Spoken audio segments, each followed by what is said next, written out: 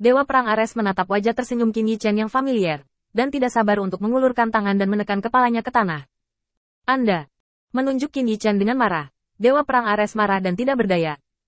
Apa yang dapat dia lakukan? Tidak ada yang bisa dilakukan. Tapi dia benar-benar marah. Tuan Feng, haruskah Anda menjelaskan kepada saya apa yang sebenarnya terjadi? Menurut berita dari bawahannya, Ares, Dewa Perang, sangat memahami alasan mengapa Qin Yichen harus datang ke Istana Suci beberapa hari yang lalu. Tangannya menunjuk Qin Yichen gemetar. Anda, itulah mengapa orang percaya berkembang sedikit lebih cepat? Ini yang kamu katakan saat itu, sekitar 30% dari efisiensi misionaris. Qin Yichen tampak malu. Setelah memikirkannya, dia menjelaskan dengan sabar. Jangan salah paham, Tuan Ares.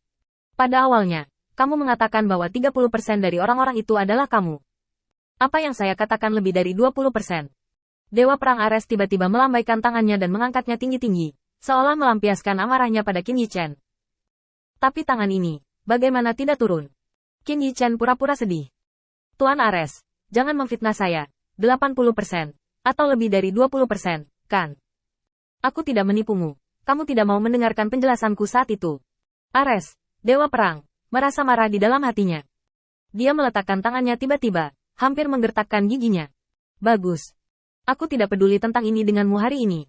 Sekarang kamu harus berbicara denganku dengan hati-hati. Bagaimana kamu berencana untuk menangani masalah ini? Hanya melihat orang-orang percaya di kuil Dewa Cahaya, Ares, Dewa Perang, merasakan punggungnya kesemutan. Bahkan orang-orang percaya yang baru saja memasuki kuil Dewa Cahaya memiliki kekuatan iman pada mereka. Meskipun kekuatan iman dikekang dan tidak dilepaskan, dengan pengalaman bertahun-tahun God of War Ares, dapat dilihat secara sekilas bahwa orang-orang ini adalah benih-benih orang percaya yang taat. Di mata Ares, Dewa Perang, orang-orang ini cepat atau lambat akan menjadi orang percaya yang taat. Ketika kekuatan iman bisa mandiri dan mandiri, Dewa Perang Ares menjadikannya benih iman. Selama benih seperti ini ditanam, adalah mungkin untuk menjadi orang yang beriman. Ini adalah hal yang sangat umum, karena di semua kuil, ada orang percaya seperti itu. Namun, ketika jumlahnya naik, ini bukan sesuatu yang bisa diabaikan. Bayangkan sebuah kuil tertentu bisa mendapatkan lebih dari 80% orang percaya hanya dalam satu misi. Di antara 80% orang percaya ini, hampir setiap orang memiliki benih iman. Sungguh konsep yang menakutkan ini. Dia hanya perlu mengkhotbahkan doktrin dengan santai, dan itu tidak memakan banyak waktu. Dia dapat mengumpulkan cukup banyak orang percaya.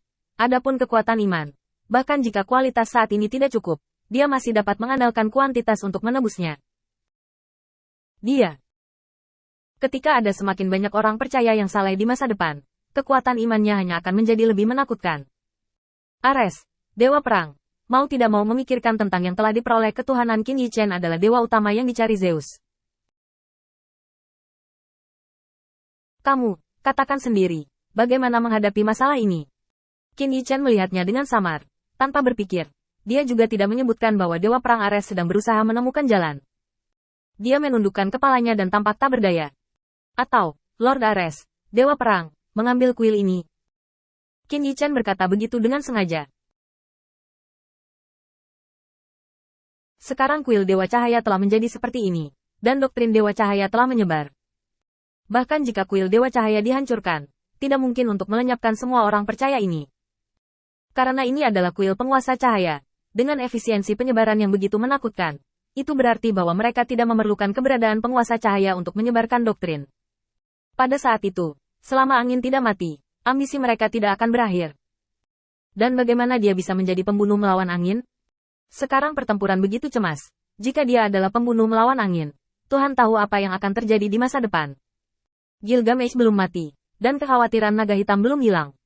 Hal yang paling mengerikan adalah, menilai dari kinerja Feng menghadapi bahaya beberapa kali sebelumnya.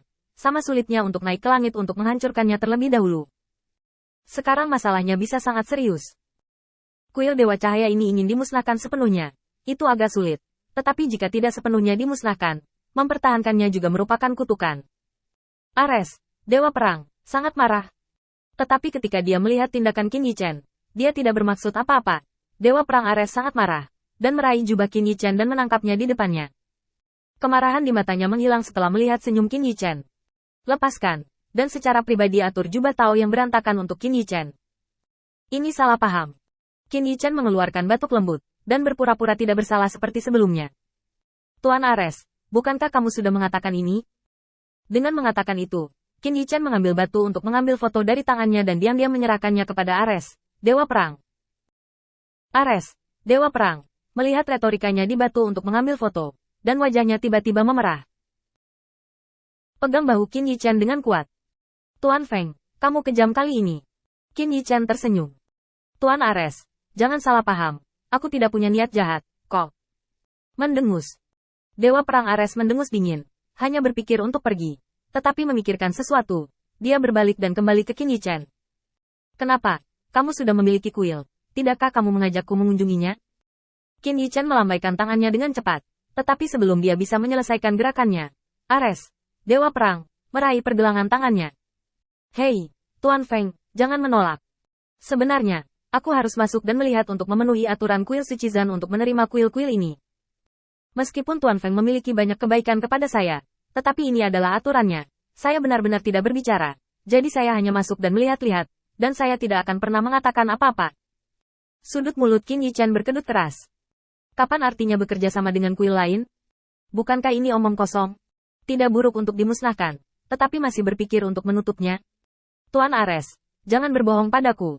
Aku tahu aturan aula suci perang, tidak ada yang seperti itu. Qin Yichen mengatakan ini dengan percaya diri.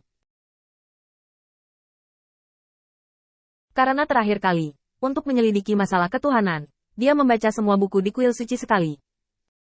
Namun, Ares, Dewa Perang, tidak membelinya, hanya memandangnya dengan enteng dan menyeringai. Tentu saja Anda tidak tahu, karena ini adalah aturan baru saya. Setelah itu, tanpa memberi Qin Yichen kesempatan untuk bertahan, dia langsung terbang ke kuil cahaya di kedalaman gunung. Qin Yichen terdiam. Tuan Ares, ada satu hal yang menurut saya harus saya jelaskan kepada Anda sebelumnya. Kamu adalah Dewa Perang, jadi kamu harus membuatnya lebih jelas. Anda dapat pergi kemanapun Anda ingin melihat, tetapi dalam jarak 10 meter di bawah idola, yang terbaik adalah tidak pergi. Memikirkan penemuan terbarunya, kulit kepala Qin Yichen mati rasa. Bahkan berdiri di bawah patung dewa, dia memiliki doktrin penguasa cahaya di benaknya. Jika bukan karena hati Dao Qin Yichen yang kuat, dia akan tertarik dengan kepercayaan ini sekarang. Jika Dewa Perang Ares terkikis oleh Dewa Cahaya, bukankah itu? Qin Yichen tiba-tiba menggigil. Tidak, sama sekali tidak.